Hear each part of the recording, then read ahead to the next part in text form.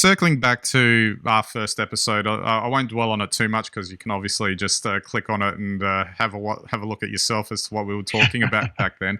But essentially, it had to do with mobile and wearable technology in our daily lives. And I think before I get into these other specifics that we were talking about here around VR and AR and some of the latest stories that we've got here, it's interesting that like some of the things that we were talking about in there, watches, clothing, glasses, all that sort of stuff, there was kind of a verb at the time, or a vibe, I guess, that was kind of suggesting that this sort of stuff was going to be imminent, or at least in the next couple of years from that point, that, we were going to start to see this stuff a lot more. And just looking back over the past 6 years, it just seems like we really haven't gotten much further than the watch in terms of mainstream adoption. And to be honest, I was a bit dubious. I was a lot more dubious than I remembered actually in that episode about the watch itself. I still don't have a watch. I don't feel like I have a need for it if I've got my phone coming with me everywhere. It just seems like a nice to have thing, but it's just interesting that none of that stuff ever has really eventuated, except for the watch. I'll give them the watch. That's kind of hung around, and it's got a lot more capable since that initial offering that Apple put out.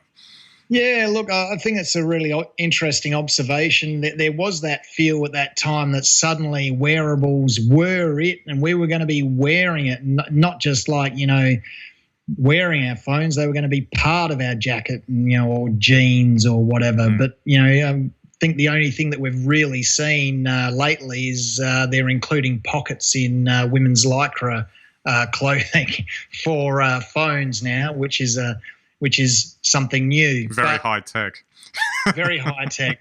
But I think, maybe, back then, there were questions still around, battery life in phones and performance, et cetera, and that somehow wearable could increase the usability or the functionality of your device. But I think we've seen, and probably should have expected, battery technology's gone through the roof and phone technology's gone through the roof. So the phone is still the dominant device. I mean, Apple Watches are very, very nice, but I'm not sure they really give you anything over your phone. It's just they give you something special in a range of watches, but not really in terms of your connectivity or device sort of style.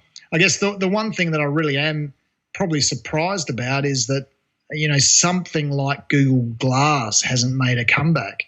I know I got a lot of bad press at the time. And I think now, if it was sold probably without a camera feature, it'd probably go quite well. So we haven't seen that. And glasses are the only other wearable that I can think besides a watch that could really get a hold, because phones now, as we've been talking about, whether you're producing a podcast or whether you're just going about your daily business, are amazing.